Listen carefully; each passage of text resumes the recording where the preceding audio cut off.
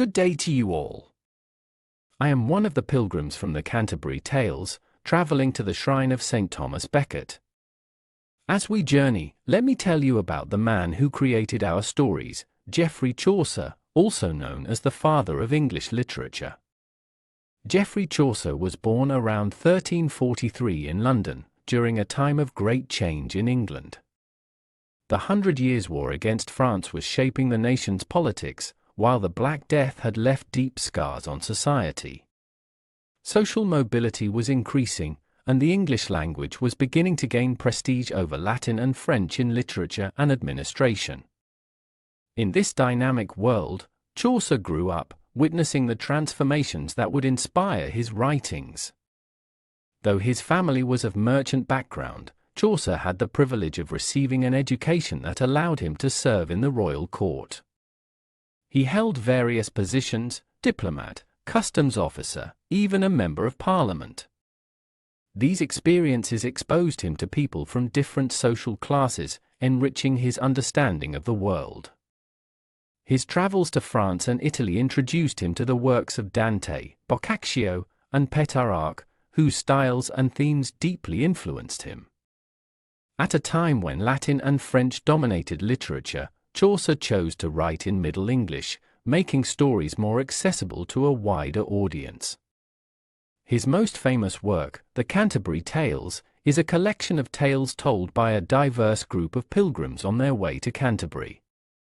Through these stories, he captured the richness and contradictions of medieval society, giving voice to both the noble and the commoner, the virtuous and the corrupt. This innovative choice earned him the title of Father of English Literature, as his works helped shape the English literary tradition and influenced generations of writers. Chaucer's literary career can be divided into three phases. The French period, influenced by French poetry, especially Le Roman de la Rose, which inspired early works like the Book of the Duchess. The Italian period, shaped by Dante, Boccaccio, and Petrarch. He introduced themes of humanism and more complex narratives.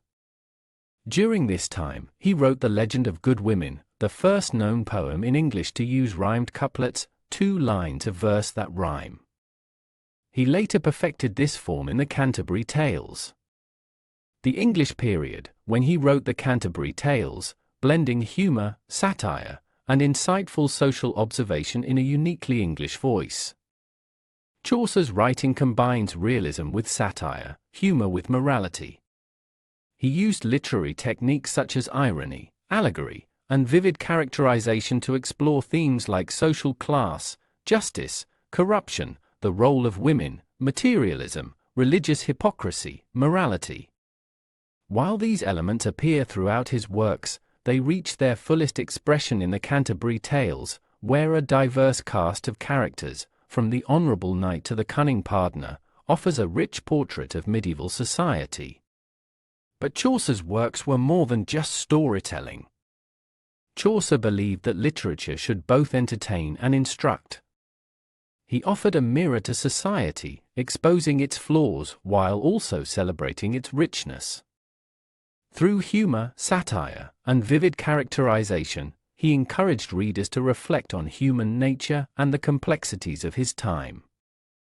In his stories, Chaucer captured the essence of humanity, its contradictions, its aspirations, its failings, so that readers, like you, might better understand the world in which they live.